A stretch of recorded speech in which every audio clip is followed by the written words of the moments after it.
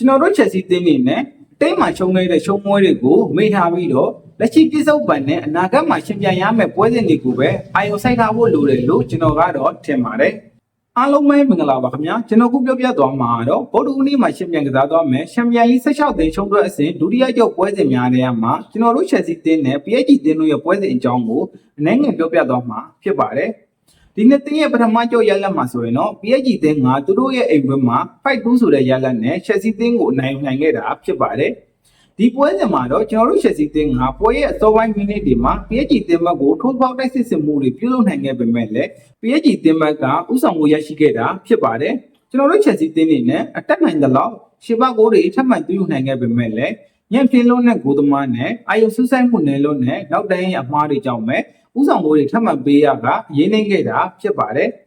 ဒီပွဲစဉ်မှာသာကျွန်တော်တို့ Chelsea တင်းနေနဲ့ PSG တင်းကိုနောက်ထပ်ဥဆောင်မှုတွေခွင့်မပြုခဲ့ရဘူးဆိုရင်တော့ကစားပုံရကြည့်မယ်ဆိုရင်ကျွန်တော်တို့ Chelsea တင်းကပိုကောင်းခဲ့တာလို့ဆိုရင်မမှားပါဘူး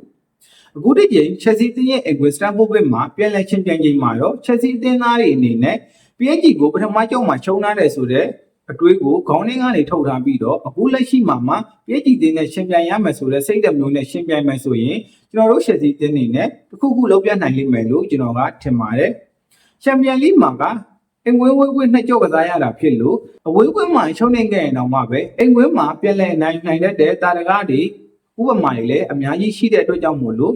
ကျွန်တော်တို့ Chelsea တင်းအတွက်က PSG အသင်းမျိုးဆိုတာကလပ်ဝေါ်ကပ်ဖိုင်နယ်လိုပွဲစဉ်မျိုးမှာတော့အနိုင်ယူမှုတဲ့အသင်းမျိုးဖြစ်တဲ့အတွက်ကြောင့်မို့လို့ဘာမဆိုဖြစ်သွားနိုင်ပါတယ်ဒါကြောင့်မို့လို့ Chelsea ပန်ကြီးကိုတွေအနေနဲ့လည်းအရန်ကြီးမျှော်လင့်လို့မရသလိုအရန်ကြီးလည်းစိတ်သက်ကြနေဖို့မလိုပါဘူးကျွန်တော်အထင်ပြောရမယ်ဆိုရင်တော့ကျွန်တော်တို့ Chelsea တင်းအတွက်ကတော့ဒီပွဲစဉ်မှာ30ရာခိုင်နှုန်းလောက်ခွင့်ရရှိနေသေးတာဖြစ်လို့ကျွန်တော်တို့ Chelsea တင်းဘာလို့ပြတ်သွားမလဲဆိုတာကိုကျွန်တော်တို့စောင့်ကြည့်ရုံကလွဲလို့တခြားတော့မရှိပါဘူးညီကိုတို့ကိုဘယ်လိုမြင်ကြလဲကျွန်တော်ရဲ့ comment အောက်မှာဝင်ရောက်ပြီးတော့ Chelsea ပန်ကြီးကိုတွေဆွေးနွေးခဲ့လို့ရပါတယ်အားလုံးကိုကျေးဇူးတင်ပါတယ်ခင်ဗျာ